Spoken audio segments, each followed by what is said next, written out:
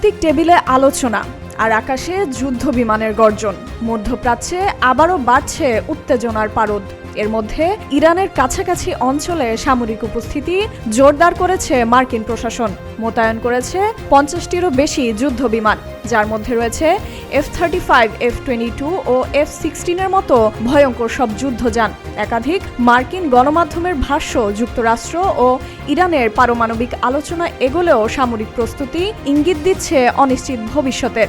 মার্কিন president Donald Trump প্রশাসনের সাম্প্রতিক পদক্ষেপ ঘিরে প্রশ্ন উঠছে, আলোচনা নাকি শক্তি প্রদর্শন?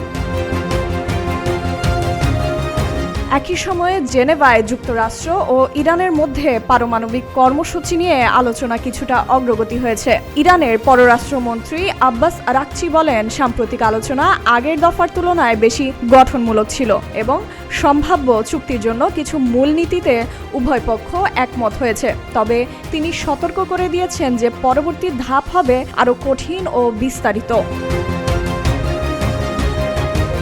বিশ্লেষকদের ভাষ্য, মার্কিন প্রেসিডেন্ট ডোনাল্ড ট্রাম্প প্রশাসন ইরানের উপর চাপ বাড়ানোর অংশ হিসেবে অঞ্চলে বিমান ও নৌবাহিনীর শক্তি বৃদ্ধি করেছে।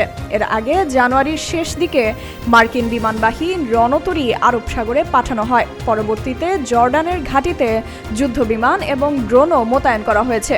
স্যাটেলাইট ছবিতে আরও দেখা গেছে মার্কিন গাইডেড মিসাইল সুয়েজ খাল পেরিয়ে লোহিত সাগরের দিকে যাচ্ছে। এছাড়া নজরদারি ড্রোন ও অন্যান্য গোয়েন্দা বিমানও ওই অঞ্চলে সক্রিয় রয়েছে। ফাইজা মেহরি নরিন, প্রতিদিনের বাংলাদেশ।